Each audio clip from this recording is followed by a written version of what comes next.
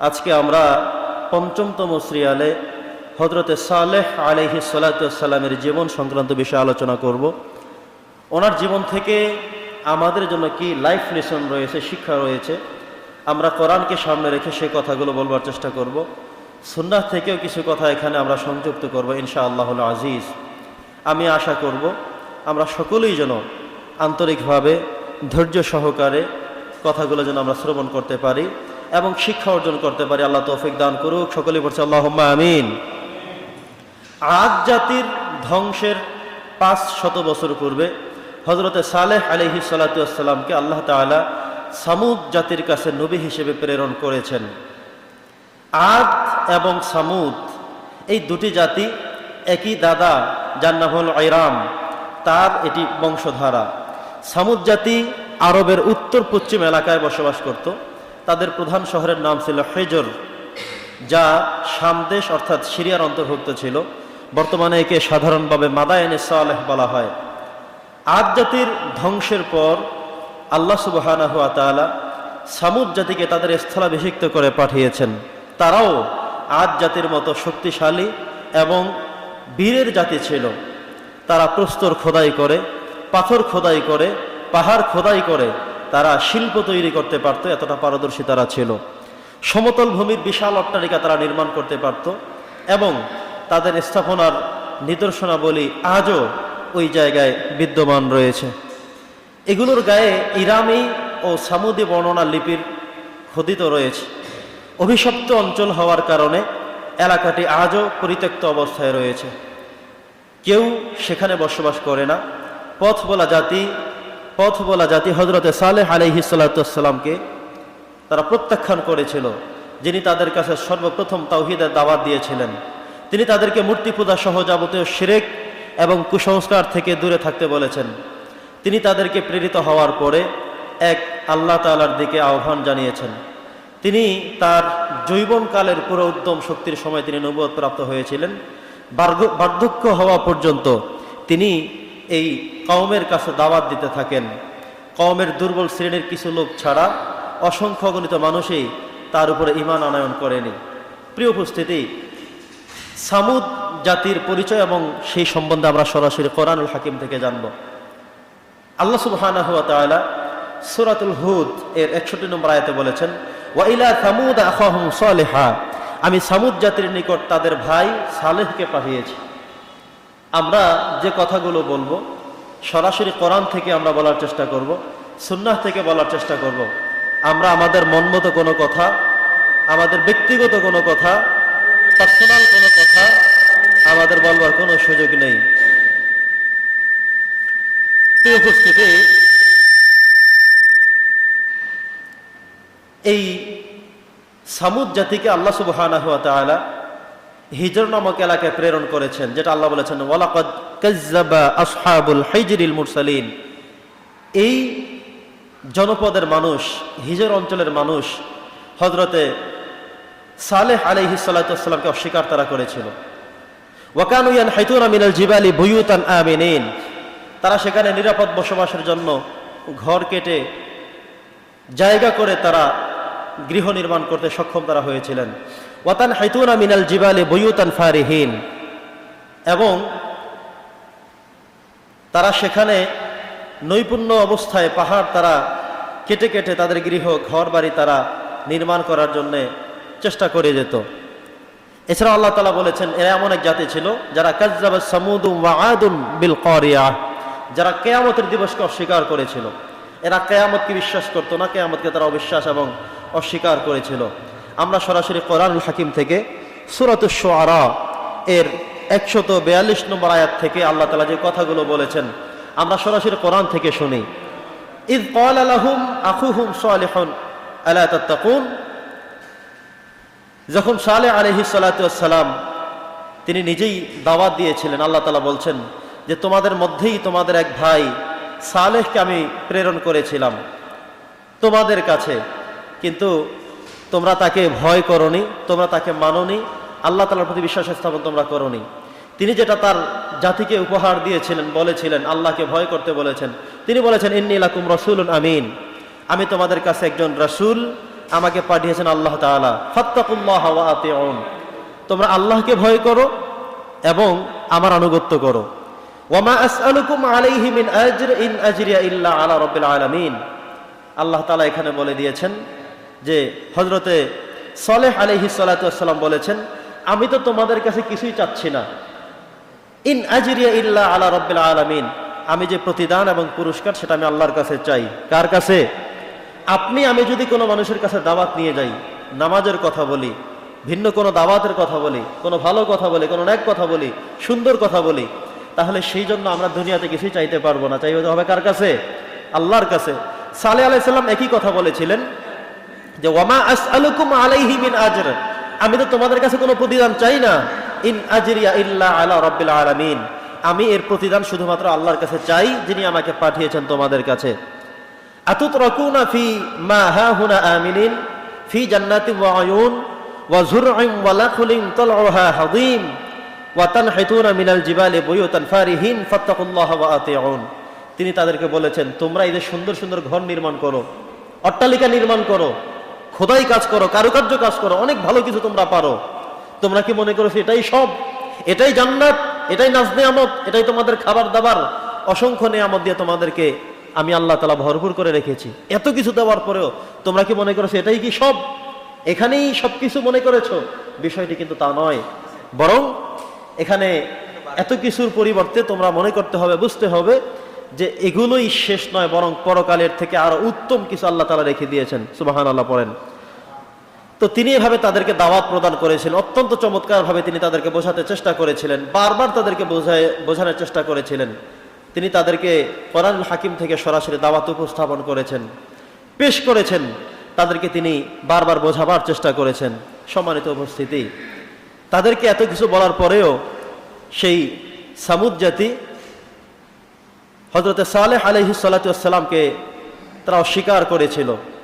তারা বলেছিল, তারা মনে করেছিল যে এই জীবনটা শেষ নয়, আরেকটি জীবন তাদের জন্য রয়েছে, এজন্য তারা তাকে মানতে চায়নি। হযরতে সালেহ আলাইহিস সালাতু ওয়াস সালাম এবার তাদের কাছে দাওয়াত প্রদান করে বললেন যে আমি তোমাদের কাছে রাসূল হিসেবে আল্লাহ তাআলার পক্ষ থেকে প্রেরিত হয়েছি, এসেছি। আল্লাহ তাআলা অন্য আয়াতে বলেছেন, ওয়া ইলা সামুদ আখাহুম সালিহান ক্বালা ইয়া কওমি আবুদুল্লাহ মা লাকুম মিন ইলাহিন গায়রুহু, হে আমার জাতি, আমি তোমাদের কাছে আল্লাহর পক্ষ থেকে নবী এবং রাসূল হিসেবে পৃথিবীতে প্রেরণ করেছি, আগমন করেছি, আমি তোমাদের কাছে এসেছি, অতএব তোমরা ফাত্তাকুল্লাহ, আল্লাহকে ভয় করতে হবে। তিনি বারবার বলার চেষ্টা করলেন এবং তিনি এটাও বলেছেন যে ইয়া কওমি আবুদুল্লাহ মা লাকুম মিন ইলাহিন গায়রুহু, তোমরা এক আল্লাহ ছাড়া অন্য কারো ইবাদত করতে পারবে না। এভাবে তিনি বারবার তাদেরকে বোঝাবার চেষ্টা করলেন। কিন্তু হবে কি, তারা এই নবীর সাথে হাসি ঠাট্টা শুরু করলো। তারা বলতে লাগলো যে হে সালেহ, তুমি শোনো, আমরা যেমন মানুষ তুমিও তেমন মানুষ, আমরাই জনপদের মানুষ, তুমি জনপদ থেকে জন্মগ্রহণ করেছো, তুমি আমাদের মতো একজন মানুষ হয়ে নিজেকে নবী কি করে দাবি করো? তুমি কি করে এক আল্লাহর কথা বলতে শুরু করেছো? তুমি আল্লাহর যে নবী, এটা হওয়ার জন্য তুমি যদি আসমান থেকে আসতে, ভিন্ন কিছু হতে, তাহলে আমরা তোমাকে মানতাম। তুমি যদি আল্লাহর পক্ষ থেকে নবী হয়ে থাকো, তাহলে আমাদের কাছে তুমি প্রমাণ করতে হবে। কি প্রমাণ করব? তারা এবার বলতে লাগলো, তুমি আমাদের কাছে এমন একটি বিষয় উপস্থাপন করবে, এই যে বিশাল পাহাড় দেখা যায়, তুমি আল্লাহ তাআলার হুকুম মতো যে আল্লাহর কথা তুমি বলেছো, এই পাহাড়ের মধ্য থেকে তুমি 10 মাসের একটি উট, গর্ভবতী উটকে তুমি এখান থেকে বের করে আনবে, ভিতর থেকে বের হয়ে আসবে, পাহাড় বিদীর্ণ হয়ে ফেটে গিয়ে আসার পরে সেই উট এখানে বাচ্চা দিবে, আমরা সবাই দুধ পান করব, দেখব যদি দুধ ঠিক থাকে, সেই উট ঠিক থাকে, উট যদি আসতে পারে, তাহলে কেবলমাত্র আমরা তোমাকে মানব। কথা কি বুঝতেছেন? আগের নবী রাসূলদেরকে কত প্রকার শর্ত তারা দিত, কত কিছু না তারা বলতো, কত কিছু জানতে চাইতো। প্রিয় উপস্থিতি আমার, তো উনি বললেন, এবার আল্লাহর কাছে 2 রাকাত নামাজ পড়ে সাহায্য চাইলেন। হযরতে সালেহ আলাইহিস সালাতু ওয়াস সালাম আল্লাহর কাছে বলেন, হে আল্লাহ, আমার জাতিরা আমার কাছে যেই মুজিজা দেখতে চেয়েছে, মিরাকেল দেখতে চেয়েছে, আপনি আমাকে একটু অনুমতি দেন, সুযোগ দিন। আল্লাহ তাআলা তাকে বলেন, সালেহ, আমি অনুমতি দিয়ে দিলাম, তারা যেভাবে বলছে তুমি সেভাবে করো, দেখো তারা বিশ্বাস স্থাপন করে কিনা, তারা তোমাকে মানে কিনা সেটা দেখো। তিনি এবার তাদেরকে সামনে নিয়ে বললেন, পাহাড়ের সামনে গিয়ে দাঁড়ালেন, আল্লাহর সাহায্য চেয়ে তিনি বললেন, পাহাড়ের ভিতর থেকে একটি 10 মাসের গর্ভবতী উট বেরিয়ে আসো। এটা বলা মাত্রই বিকট এক শব্দ হলো, পাহাড় ফেটে গেল, ভিতর থেকে বিশাল এক উট বেরিয়ে চলে আসলো, উটনি চলে আসলো, তাদের সামনে বাচ্চা প্রসব করলো, তারা সেখান থেকে দুধ দহন করে খেলো। এবার তারা বলল যে সালেহ, তুমি এমন বড় এক জাদুকর, বিশাল এক পাহাড় থেকে তুমি উট নিয়ে আসলে, সেখান থেকে বাচ্চা সে জন্মদান করলো, এখন আবার আমরা দুধ পান করলাম, সবাই দুধ পান করলো, একে একে একে একে সবাই যতজন উপস্থিত ছিল তারা মনে করেছে দুধ শেষ হয়ে যাবে, তারা মনে করেছে সবাই দুধ পান করতে পারবে না।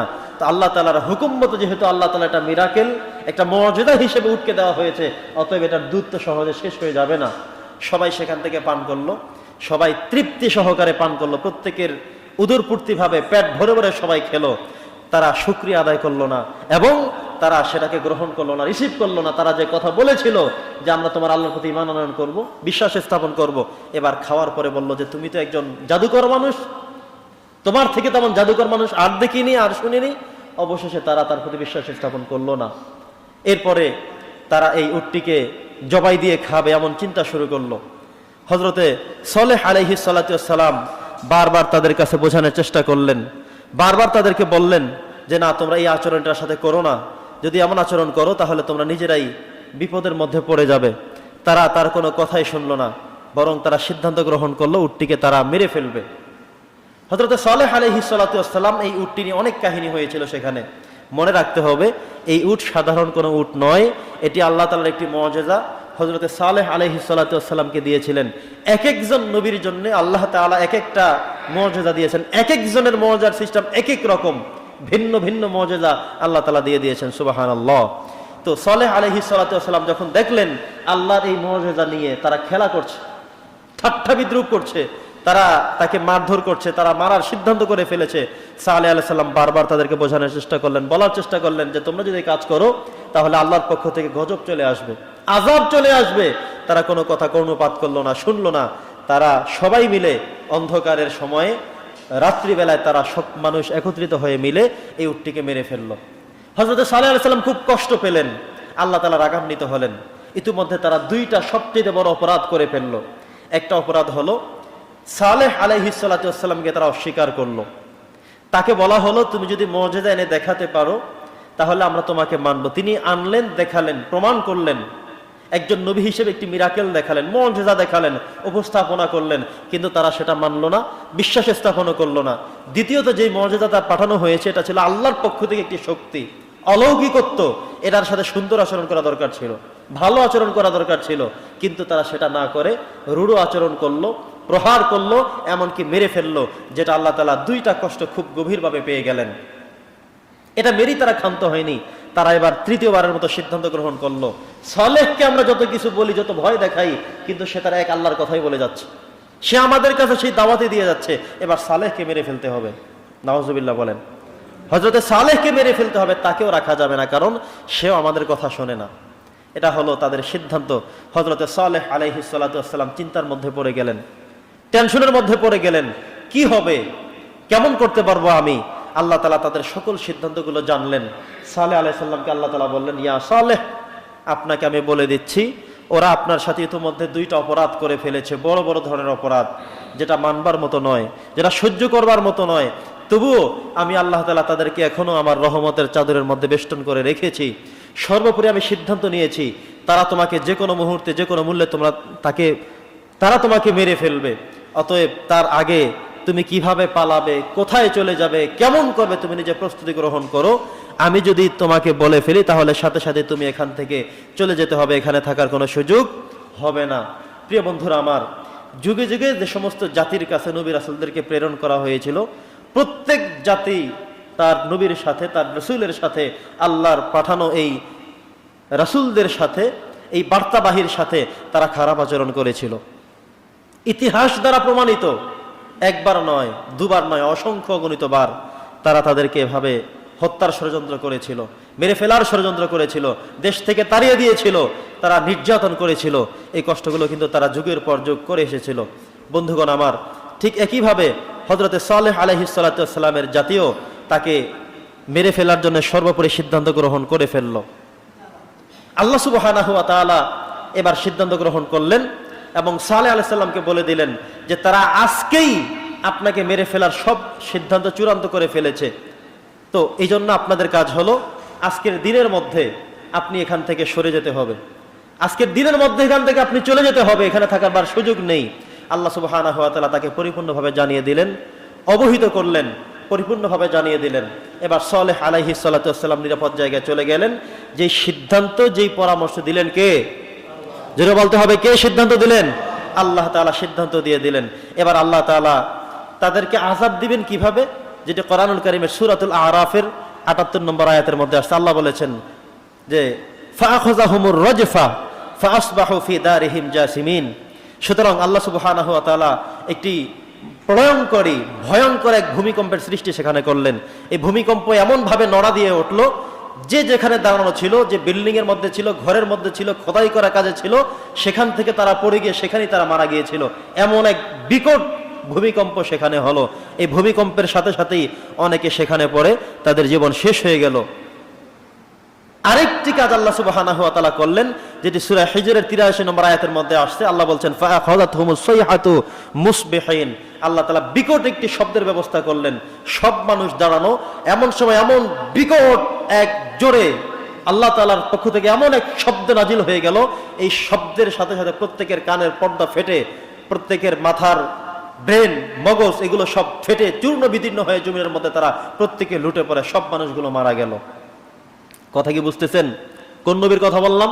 হযরতে সালেহ আলাইহিস সালাতু ওয়াস সালামের উম্মতদের এই ছিল অবস্থা।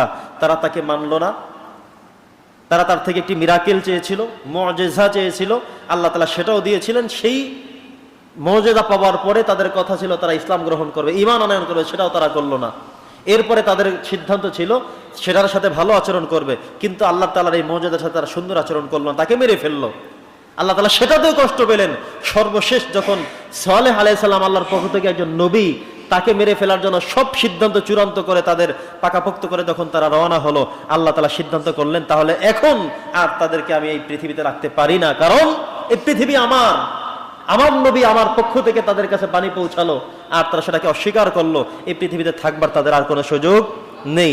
আল্লাহ সুবহানাহু ওয়া তাআলা সিদ্ধান্ত গ্রহণ করলেন, যেটি সূরাতুল ফজরের মধ্যে আসছে, ফাকাযযাবুহু ফাআকরুহা ফাদামদামা আলাইহিম রাব্বুহুম বিযামবিহিম ফাসাওয়াহা ওয়ালা ইয়াখাফু উকবাহা। বিকট আওয়াজ করে, এমন একটি বিকট শব্দ করে আল্লাহ সুবহানাহু ওয়া তাআলা এই সালেহ আলাইহিস সালাতু ওয়াস সালামের এই সামুদ জাতের সবগুলো মানুষকে ধ্বংস করে জমিনের সাথে ধূলিসাৎ করে দিয়েছে, মিশিয়ে দিয়েছে। বন্ধুগণ আমার, ওই সময়ের যত নবী পৃথিবীতে আল্লাহ তাআলা প্রেরণ করেছিলেন, প্রত্যেক নবী রাসূলদের সাথে তারা খারাপ আচরণ করেছে, তাদেরকে কেউ ইটপাটকেল করেছে, তাদেরকে ঘরে থাকতে দেয়নি, বাড়িতে থাকতে দেয়নি, তাদেরকে গালিগালাজ করেছে, প্রহার করেছে, মেরে ফেলেছে। এমন অসংখ্য অগণিত ইতিহাস তাদের প্রত্যেকের জায়গা থেকে পাওয়া গিয়েছিল। প্রিয় উপস্থিতি, এজন্যে আমরা এই সালেহ আলাইহিস সালাতু ওয়াস সালামের জীবনী থেকে আমাদের লাইফ লেসনটা আমরা একটু শিখে নেই। সেটা হলো, আল্লাহ সুবহানাহু ওয়া তাআলার পক্ষ থেকে যদি আমাদের যেই বাণী আমাদের উপরে এসেছে, আল্লাহ তাআলার পক্ষ থেকে আমরা যতটুকু আমরা জেনেছি, এই জানা বিষয়গুলো, এই সঠিক বিষয়গুলো আমাদের মানবার চেষ্টা করতে হবে। সালেহ আলাইহিস সালাতু ওয়াস সালামের জীবনী থেকে আমাদের সবচেয়ে বড় শিক্ষা হলো, আল্লাহ তাআলা যে মুআজিজা মিরাকেল তাদের জন্য পাঠিয়েছিলেন, এই মিরাকেলের সাথে তারা সুন্দর আচরণ না করার জন্য আল্লাহ তাআলা তাদেরকে আযাব এবং গজব দিয়ে ধ্বংস করে দিয়েছিলেন। আল্লাহ তাআলার পক্ষ থেকে এই সামুদ জাতির কাছে আল্লাহ তাআলা যে সালেহ আলাইহিস সালামকে পাঠিয়েছেন, তিনি বারবার করে বলেছেন, বারবার বোঝাবার চেষ্টা করেছেন, কিন্তু তারা যখন মানেনি, আল্লাহ তাআলা তাদেরকে আযাব আর গজব দিয়ে ধ্বংস করে দিয়েছেন। আজও আল্লাহ তাআলার পক্ষ থেকে, আমাদের উলামায়ে কেরামদের পক্ষ থেকে কোরআন এবং সুন্নাহর দাওয়াত নিয়ে যারাই আমাদের সমাজের কাছে, মানুষের কাছে রন্ধ্রে রন্ধ্রে যাবে, পৌঁছে যাবে, তাদের সাথে যদি আজও আমরা এমন খারাপ আচরণ করি, তাহলে এই সিস্টেম, এই অবস্থা আমাদের মধ্যে হয়ে যাবে। প্রিয় উপস্থিতি, সালেহ আলাইহিস সালাতু ওয়াস সালামের এই সংক্ষিপ্ত জীবনী থেকে আমরা এতটুকু শিখতে পারলাম।